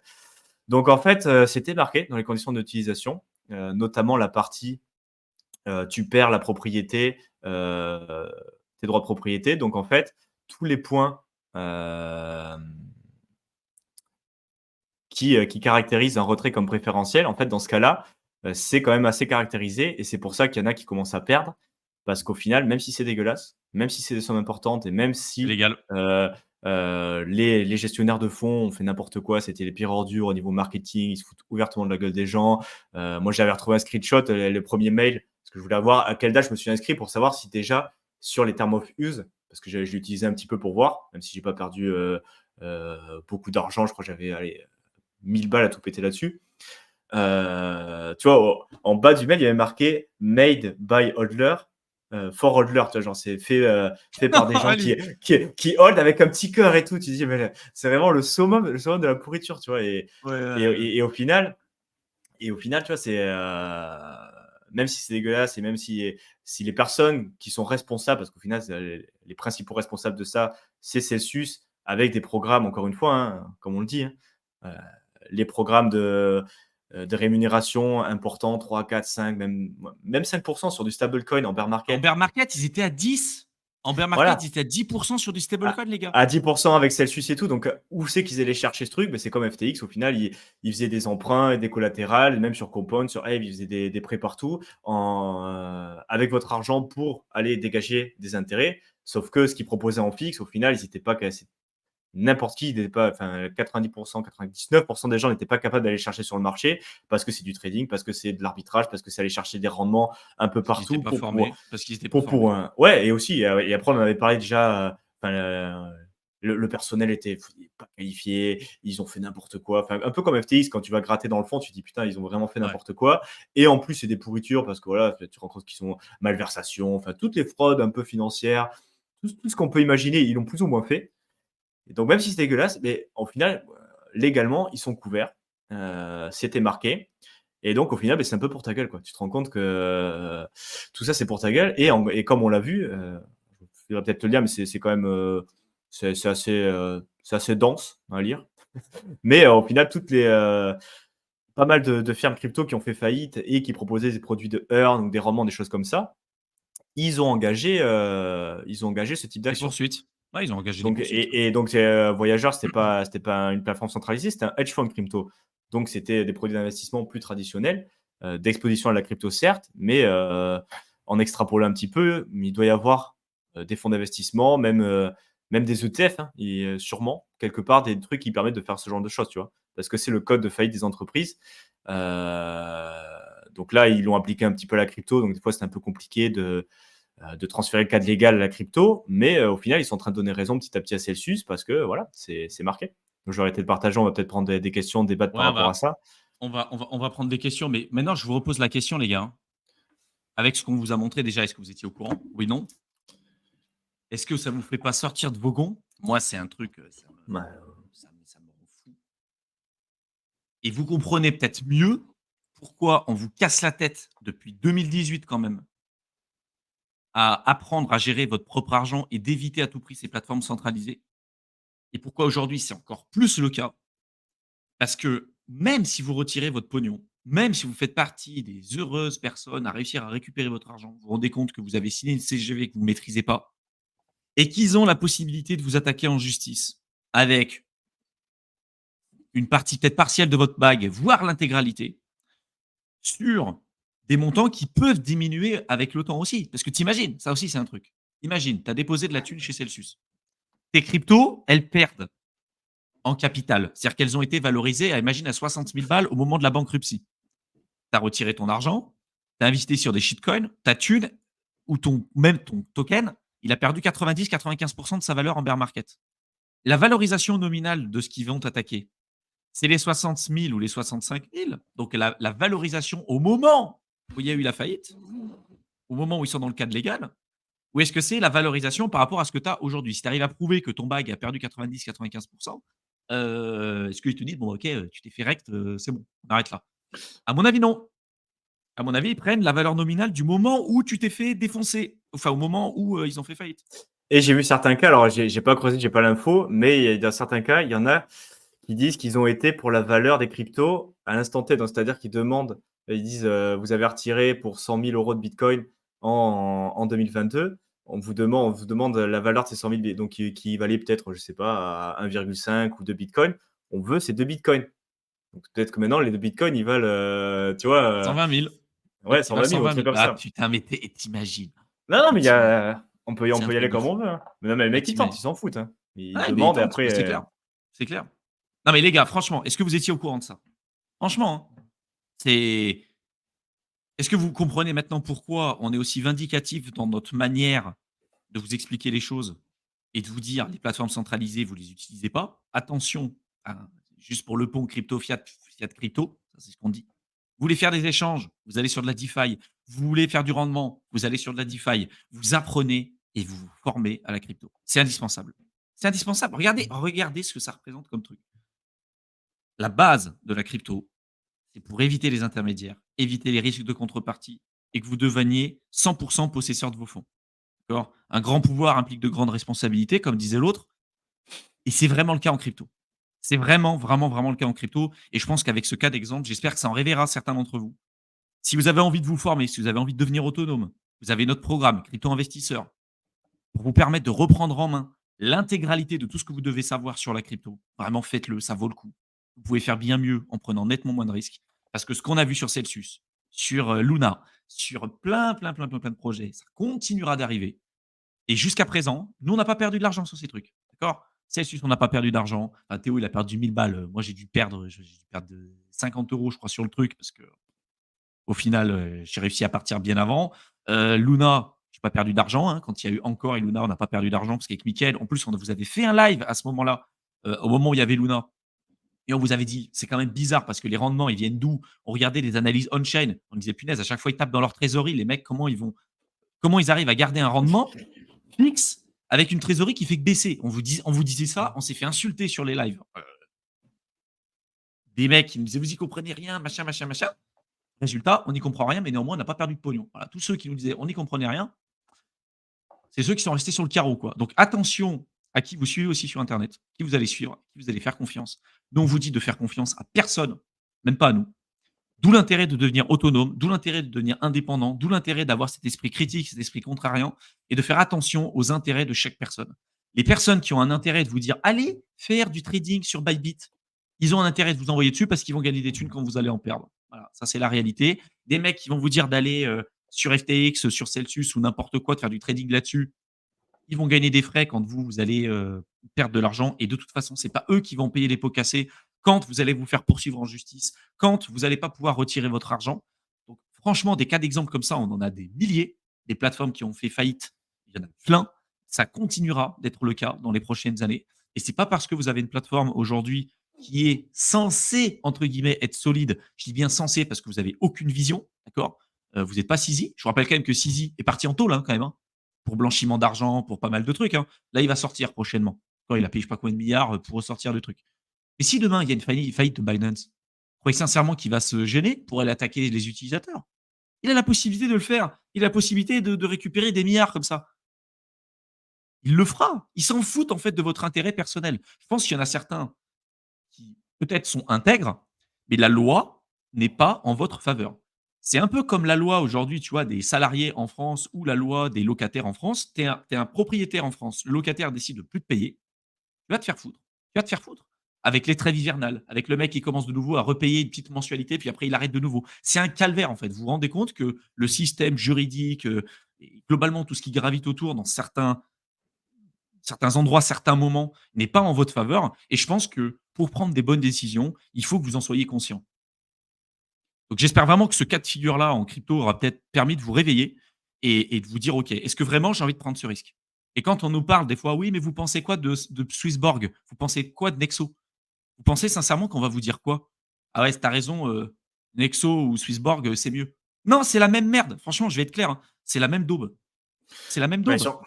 ouais, puis surtout, il y en a qui disent: «C'est compliqué de tout lire et tout», et c'est vrai que moi, j'ai été chercher un petit peu, voir, par exemple, sur Binance ou Kraken, parce que, moi, franchement, quand j'ai vu ça, j'ai flippé. J'ai dit: «Putain, je vais quand même aller voir les CGV, d'autres trucs», donc j'ai pas trouvé de choses aussi flagrantes, de prime abord. J'ai cherché par mots-clés, j'ai lu en diagonale. Il y Et il y avait a les pas de choses 90 jours aussi. aussi flagrantes dans les conditions d'utilisation d'autres sexes, mais notamment, il y a 2 points cruciaux, c'est que donc c'est très long, c'est très long à lire, c'est en anglais, et surtout au final, même si c'est pas aussi explicite que sur Celsius, parce que pour le coup, pour Celsius, c'était très explicite ce qu'il pouvait faire, ce qu'il voulait faire.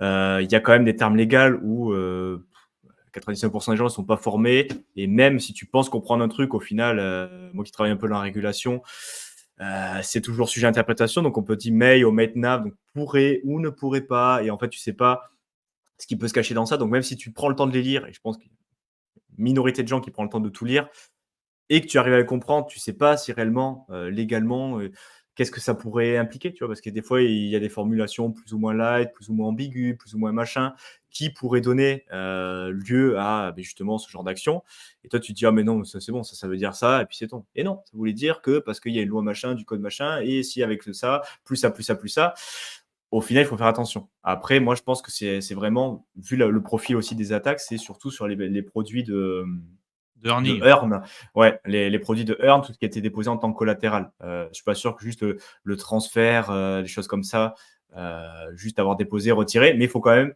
être super méfiant, et très certainement sur tout ce qui est plateforme de Earn qui ont réussi à s'échapper, à pas faire faillite, parce que la plupart, BlockFi, Nexo et Celsius, c'était les principaux plateformes de Earn centralisées, du dernier cycle, que tout le monde parlait, que tout le monde chillait les liens d'affiliation, que tout le monde disait aller dessus, c'est bien et tout.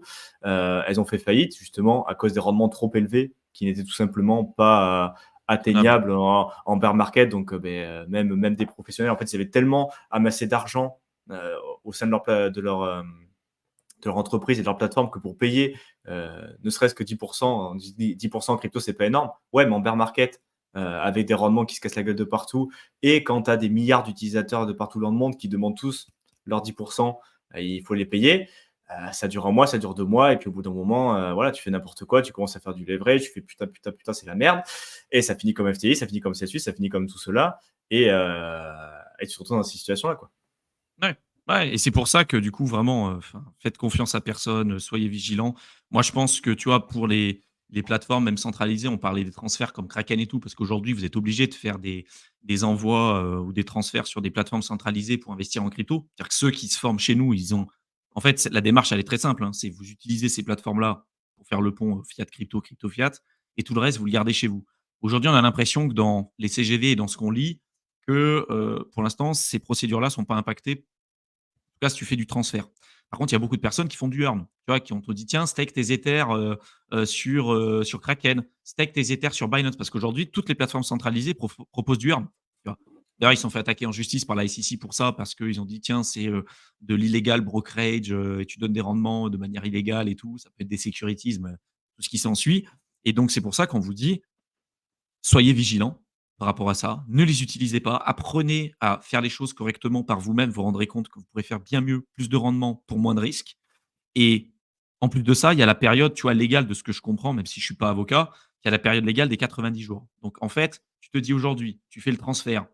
Si a priori Kraken fait faillite dans les 90 jours qui suivent, je pense pas que les transferts soient, directement impactés.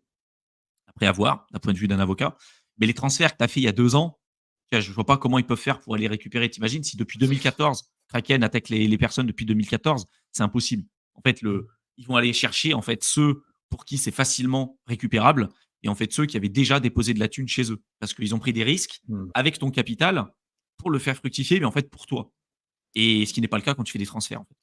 Oui, et puis il faudrait voir parce que là, c'est clairement parce que c'est beaucoup plus facile de trouver des infos sur, tout ce qui se passe aux États-Unis en anglais sur la partie, US.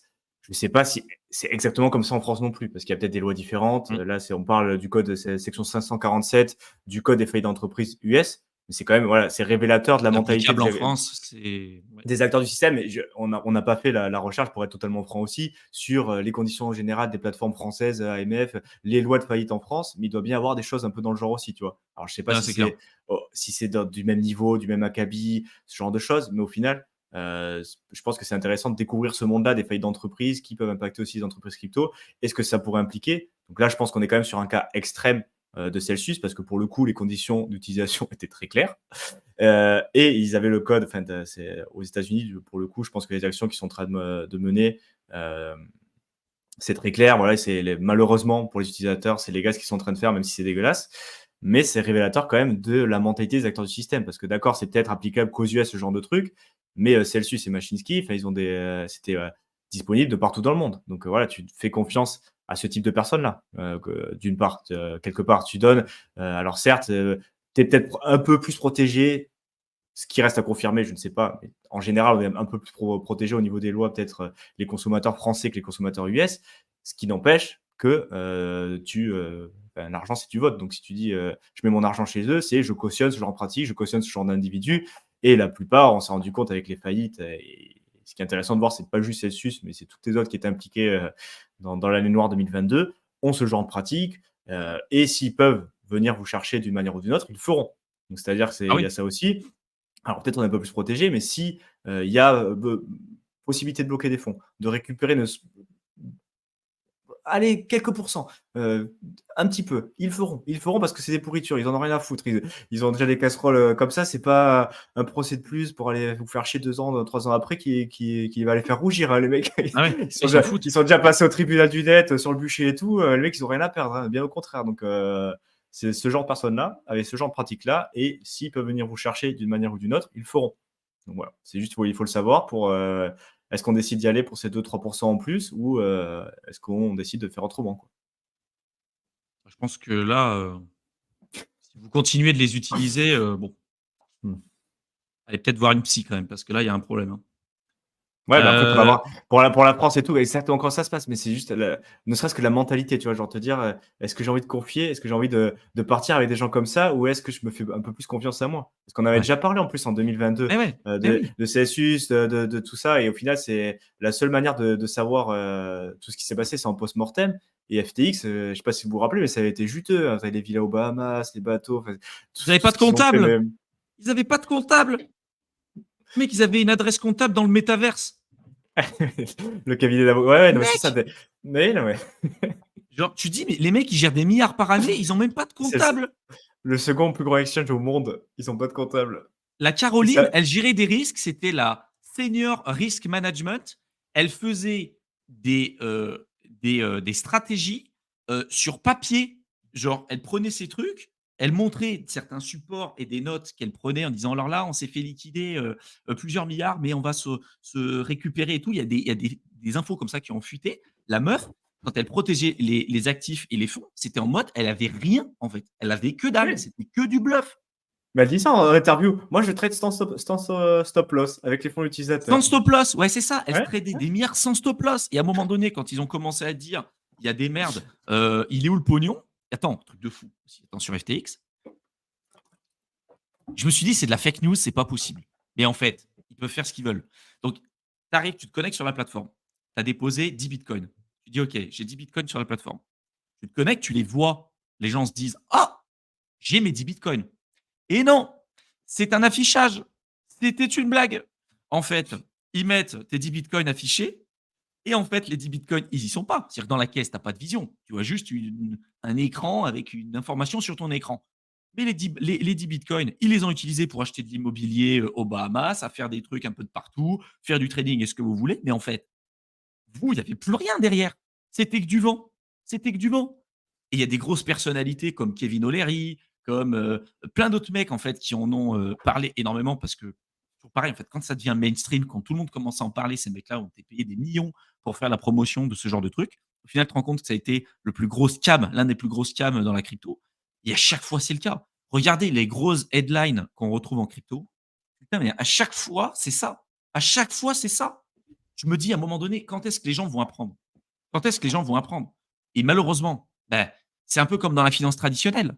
On te dit: «Oh, je ne sais pas gérer mon argent, j'ai peur de le gérer». Du coup, tu vas le confier à ton banquier. Tu prends 100 des risques, lui prend et tu vas prendre un tiers des performances. Lui prend 0 de risque parce que c'est ton pognon et il va prendre 2 tiers des performances sur le long terme de ton bag. Est-ce que ça vaut le coup? En fait, moi, c'est un truc, ça me rend dingue parce que quand tu comprends comment ça marche, comment ça fonctionne, si les gens pouvaient passer 1 de leur temps à apprendre comment utiliser leur argent, à mieux cerner comment ça marche, les risques et tout, ils en seraient beaucoup plus loin aujourd'hui. En fait, il y a beaucoup de gens qui se crèvent dans leur taf, qui font un travail des fois qui est compliqué et tu galères pour mettre de l'argent de côté. Et quand tu arrives à le faire, c'est comme si tu le jetais par la fenêtre à la fin parce que tu vas pas prendre le minimum de temps pour apprendre à comment le gérer et tu vas le déléguer à quelqu'un qui va avoir des objectifs aux antipodes des tiens. Et ça me rend fou, en fait, tu vois?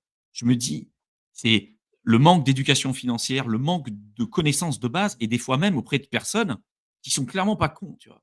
Tu as des avocats, tu as des chirurgiens, tu as des médecins qui eux aussi se font scammer par des trucs comme ça. On parle de crypto, mais c'est valable partout. Regardez à chaque fois qu'il y a des faillites, des problématiques dans les banques, regardez pendant la dernière crise des subprimes en 2008-2009, est-ce que vous croyez sincèrement que les particuliers qui sont restés sur le carreau, c'est ceux qu'on a renfloués? Non, il y en a qui sont partis avec des parachutes dorés euh, en ayant fait mais des fraudes mais avérées, tu vois. Ils n'ont rien eu. Ils n'ont pas fait de prison. Ils ont eu même des thunes en partant et tout. On leur dirait, c'est bon, tu as gagné de l'argent, allez, pars de côté, on te vire, on fait semblant qu'on va te virer, on va te remplacer par quelqu'un d'autre. Et au final, à chaque fois, c'est toujours pareil. Tu vois? Et ça, c'est un truc, mais tu le vois encore plus en crypto parce que c'est un petit marché et qu'on maîtrise très bien, tu vois? Mais quand tu vois en plus ce qui existe à côté et que les gens font encore confiance à des fucking intermédiaires, tu vois? Moi, ça me rend fou et des mecs comme ça qui sont pas performants, maîtrisent pas ce qu'ils font. Franchement, parlez d'un ETF à votre banquier. Parlez d'un ETF à votre banquier, il va vous regarder avec des billets comme ça, il va même pas comprendre ce que vous lui dites. Et après, vous dites, OK, Celsius ou Machinsky, ah là là, il a déjà créé quelques boîtes, il a créé quelques licornes, il est milliardaire, a priori, il sait comment gagner de l'argent. Bah non, c'est un abruti comme tous les autres, en fait. Tu vois. Et Ouais, voilà. puis tu peux être un peu dupe aussi au début, tu vois? On s'était Et intéressé. on Moi, l'a été aussi, hein. j'avais voulu tester aussi, tu vois? Parce que tu dis: «Putain, c'est vrai qu'il a un bon track record, et tout, ça peut être sympa» et au final, le problème aussi, c'est que beaucoup des choses qu'on a su après, il y avait aucun moyen de le savoir. C'est pour ça que c'est intéressant le post-mortem d'FTX et tout, parce que tu dis, moi, c'est vraiment en 2022, cet gros coup de réalité dans la gueule où tu t'es dit: «Mais en fait, tous ces mecs-là, tu aucun moyen de le savoir». Enfin, c'était en cascade, tu vois? Et plus ils gueulent fort en général, plus ça pue derrière. Plus ils font les cakes, tu vois? Genre: «Ça machin, nous on est bien, on est les meilleurs», plus ça pue et au final, tu as aucun moyen de le savoir. Donc tu as beau faire tes recherches, te dire: «Ah putain, le bon track record, il a fait ça et ça». Au final, les squelettes, ils sont bien cachés jusqu'au moment où ça pète vraiment et là, quand tu as un truc de cette ampleur, là, par contre, quand tu as la justice qui s'y met dedans, qui sortent les papiers, où tu as les dossiers, où ils font des demandes d'accès à des machins qui sont publiés ensuite parce que c'est les procédures, là, tu te rends compte de trucs et au final, alors Celsius, c'était quand même bien conséquent ce qu'ils ont fait, mais FTX, c'était le pire. Enfin, le post-mortem d'FTX, mais tu te dis, mais c'est n'importe quoi. Avec les Ouais. trucs au bas, c'est genre, c'était, mais tout, ils ont tout fait. Et Celsius, c'est pareil, tu vois, genre, la responsable des risques financiers, il y a 4 mois, elle était au marketing, tu vois, un truc comme ça. Et maintenant, elle gère des centaines de millions, tu vois, mais des trucs, tu dis, putain, mais un truc comme ça, la personne, elle Truc de devrait fou, avoir hein. fait 10, 15 ans dans une gestion de risque, dans une grosse banque et tout. La meuf, elle était au marketing. Tu sais, c'est juste la pote de machin, dit, tu veux faire de la Et gestion de risque, community manager. Community manager. Je tu veux réponds au faire Twitter 400 et je millions, l'aime. allez, vas-y, c'est parti. Tu vois, des trucs. Ouais. Et au final, tu n'as aucun moyen de le savoir parce que bien sûr, il ne crie pas sur tous les toits. Regardez, notre personnel n'est pas qualifié, on n'a aucun garde-fou, aucune mesure de sécurité. Laissez-nous notre argent. Donc, donc en fait, tu as Ouais. aucun moyen de le savoir. Donc le mieux, c'est vraiment de les éviter au maximum parce que comme tu ne peux pas le savoir au final, ben, et aussi, je voulais dire, quand on parle parce que tu parlais des insiders, des mecs comme ça qui récupèrent, qui dit procédure de faillite pour un retail dit perte d'argent. Hein. Dans 99% des cas, tu as d'abord les banques qui servent, les créditeurs prioritaires, entre guillemets, parce que aussi, là, on a parlé juste d'un article du code qui dit que les transferts préférentiels, Mmh. mais tu en as d'autres qui disent qu'il y a certains créditeurs qui sont un peu Ils sont plus, prioritaires. qui sont un Et peu des plus banques. prioritaires. Comme par hasard, des banques. Voilà, tu as certains. Voilà, parce qu'ils ont prêté de l'argent, mais il ne faut pas déconner, il ne faudrait pas qu'ils perdent de la thune non plus. Donc, en fait, s'il y a de l'argent récupéré, ils sont servis d'abord en premier. Après, il y a les entreprises potentiellement qui leur prêtaient des services qui sont servis aussi en deuxième. Et après, s'il reste de l'argent, le retail le récupère. Donc, le dernier point de l'article où ils disent a bénéficié d'un transfert qui est plus important que ce qu'il aurait reçu s'il avait fait partie du reste des personnes qui n'ont pas pu retirer, bien évidemment. Pour moi, faillite pour un particulier, une entreprise, si tu es en lien financier avec une entreprise qui fait faillite, quelle qu'elle soit, euh, même ceux Il va qui y ont, laisser par les exemple, plumes. ceux qui ont payé des maisons, tu vois, des choses comme ça. Il y a pas mal d'entreprises du bâtiment qui font faillite, bon, avec la crise actuelle et tout, mais qui ont payé d'avance et tout. L'entreprise a fait faillite. Et à mon avis, tu vois, ils vont peut-être recevoir un certain pourcentage de leur argent, mais ça sera jamais 100%. Et je Ouais. pense que s'ils reçoivent 50%, c'est déjà pas mal, tu vois, parce que avec toutes les dettes et tout, tu regardes les dettes, tu regardes ce qu'il y a à vendre, ah, tu dis, ça va pas passer là. Là, les créditeurs au bout de la chaîne, ils vont recevoir des miettes, quoi. Donc il Ouais, y a c'est ça clair. aussi, quoi. Après, ouais, comme disait, Kaiser, hein, imagine le mec, il place 10K, il fait fois 20, il doit rendre le pognon et voilà, welcome. Ouais, mais c'est ça. Mais je suis sûr, dans les 1500, il doit y avoir un ou deux cas comme ça. Tu Ah vois, le oui, mec. ah oui, Après, fois mais c'est 100, sûr. sur les produits de Earn, je sais pas, tu vois, il a peut-être fait investi très tôt sur un projet. Il se dit, putain, vas-y, j'ai réussi à faire mon x10, ça le validé, j'ai mes 100 000 dollars, j'ai make it. Vas-y, je sais pas quoi faire. En attendant, je le mets sur Celsius, tu vois, comme ça, je gagne Ouais. un peu de rendement en attendant. Et je suis sûr qu'il y en a dans ce cas-là. Et là, ça doit être très dur, quoi. Et moi, je comprends pas les questions, je suis désolé les gars, hein, je vais être un peu rude, mais, est-ce que Coinbase pourrait fermer? Ça reste une entreprise. Toutes les boîtes peuvent fermer, d'accord? Même Apple, même Google, même Facebook, n'importe quelle boîte pourrait fermer. Simplement, il y en a qui sont plus probables que d'autres. Il y en a qui gagnent plus d'argent que d'autres. Le gros problème dans la crypto, c'est que c'est pas parce que Coinbase est une plateforme qui est régulée et que pour l'instant, c'est l'une d'entre elles qui a eu le moins de casseroles, que ça sera forcément le cas dans les prochaines années. On vous a montré que le cas de Celsius et d'autres boîtes qui ont fait faillite, qu'il y a des risques quand même qui sont inhérents à ça et que si demain Coinbase fait faillite, ça fera forcément beaucoup de mal parce qu'en plus, ils sont custodianes pour tous les ETF, en fait, principalement. Aujourd'hui, hein, les ETF spot, leur plateforme qu'ils utilisent pour stocker leurs cryptos, c'est Coinbase. Donc, on peut se dire qu'a priori, c'est une plateforme solide et tout, et vous en savez rien. Donc, oui, Coinbase pourrait faire faillite. Pourrait, c'est une boîte. On ne sait pas. MicroStrategy pourrait faire faillite. Saylor, demain, avec tous les leverages qu'il fait, il pourrait se faire annihiler. On y croit, on n'y croit pas, on se dit c'est probable, c'est pas probable, mais tout peut arriver. Pareil pour Swissborg. Joachim qui dit: «Vous pensez que Swissborg pourrait faire la même chose que Celsius?» Ça fait flipper, mais évidemment qu'ils peuvent le faire. Évidemment. Toutes les plateformes centralisées pourraient le faire. Pourraient. Est-ce que ça vaut le coup de prendre ce risque-là?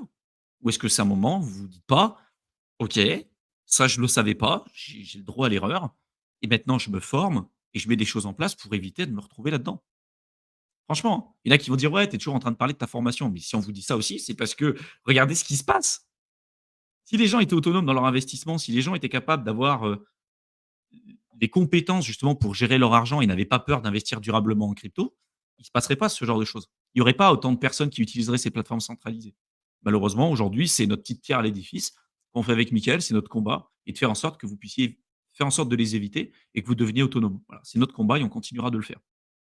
Donc, je le répète, ceux qui veulent se former, vous avez, les liens des 2 programmes dans la barre d'infos, principalement, Crypto Investisseur. Christine, bah, pareil que ça a énervé comme nous, comment peuvent-ils seulement gagner ces chiens? C'est une véritable escroquerie, mais c'est clair. Mais tu vois? Mais en fait, c'est l'escroquerie et pas ou pas, c'est légal. Après tu es d'accord, tu es pas d'accord, hein, mais c'est fou, hein. C'est fou. Ben, on est d'accord que c'est révoltant éthiquement, moralement, mais tu vois, il y a toujours ce truc entre, alors oui, moralement, éthiquement, c'est très questionnable ce qu'ils font, c'est même dégueulasse et je pense que la majorité de tout le monde est d'accord que voilà, tu te dis: «Putain, mais c'est vraiment des enflures», mais légalement, ils sont protégés donc Ouais, ouais. Et PJ et qui après dit, je en lisant les vas-y. CGV, on se dit: «Non, c'est pas possible, il y a un truc que j'ai pas compris». Ouais, Ouais, mais dans ce cas-là, mais c'était très clair et après il y a aussi d'autres commentaires qui disent: «C'est pas possible de passer 8 heures par jour, on n'est pas expert non plus». Moi, c'est pas mon métier non plus de passer, de textes de loi, lire les CGV et un peu le message qu'on a essayé de faire transparaître aussi, j'espère, c'est de se dire qu'au final, c'est vrai que c'est compliqué. C'est vrai qu'ils font exprès aussi de mettre des pavés, avec des termes techniques et tout, pour rendre ça volontairement, enfin les CGV en général, voilà, on connaît la technique, on te met un pavé comme ça personne ne le lit, et ça passe et tout le monde le signe. Pareil les cookies, est-ce que vous acceptez? Oui, oui, oui, oui, donne-moi mon truc et voilà, c'est bon. Donc sachant ça et que c'est très compliqué, donc personne ne les dit, que même si tu les lis, il y a de grandes choses que tu comprennes pas et même si tu comprends, il y a de grandes choses que tu n'aies même pas tout, tes implications légales avec les machins et tout, c'est au final de protéger au maximum en évitant, d'utiliser certains services qui sont potentiellement à risque. Au final, c'est être, un peu plus drastique dans son approche et pas se dire: «Pour chaque truc, je vais être obligé de me taper, les, 40 pages en anglais de machin, des termes légaux, aller voir les contrats et tout». C'est se dire: dans le passé, il y a eu plein de cas où ça a posé problème, ça on continue à avoir les répercussions actuellement. Donc je sais que là, c'est potentiellement un risque important que je prends, donc je décide d'y aller avec, parcimonie, ou pas y aller du tout, quoi. Mais c'est tout simplement, c'est savoir que ça existe, savoir, ce que les risques par rapport à ça et décider par rapport à ça. Mais il y a beaucoup de choses, par exemple, c'est se mettre des garde-fous personnels et de dire: «Beh, ça, je le fais pas». Ou alors je le fais avec 10 de mon bag, ou alors je le fais pas du tout. Par exemple, trader ou faire des trucs, des opérations quand on est fatigué à 3 heures du matin, moi je fais plus. J'ai fait, je fais plus. C'est ça voit ça. Je sais qu'il y a des risques, notamment sur la DeFi, des trucs comme ça, parce qu'il y a aussi, voilà, là on parle des plateformes centralisées de Earn. La DeFi, c'est pas le monde des bisounours non plus. Il y a aussi plein de risques aussi. Donc on n'évoquera pas, mais qu'on a, on a déjà beaucoup parlé aussi. Mais il y a des garde-fous à mettre par rapport à ça aussi. Donc oui, tu n'as pas de contrat à lire, et il y a des mais assurances, il y a plein de choses mais que tu peux faire. t'as des contrats à signer, tu as des choses à faire. Donc voilà, il faut faire attention aussi. Et il y a d'autres risques que tu peux réduire aussi. Voilà. Et tu as pas besoin de passer 8 heures par jour pour analyser en crypto. Il y a un moment donné, c'est même d'ailleurs contre-productif pour beaucoup de débutants de se dire: «Il faut que je passe 8 heures pour faire des trucs». D'accord? C'est une compétence que vous allez apprendre, tout comme l'investissement et en général, les investissements qui fonctionnent les mieux, c'est les investissements qui sont ennuyeux, sur le long terme et cetera et cetera. Et à un moment donné, posez-vous la question, je pense qu'on n'a jamais rien sans rien.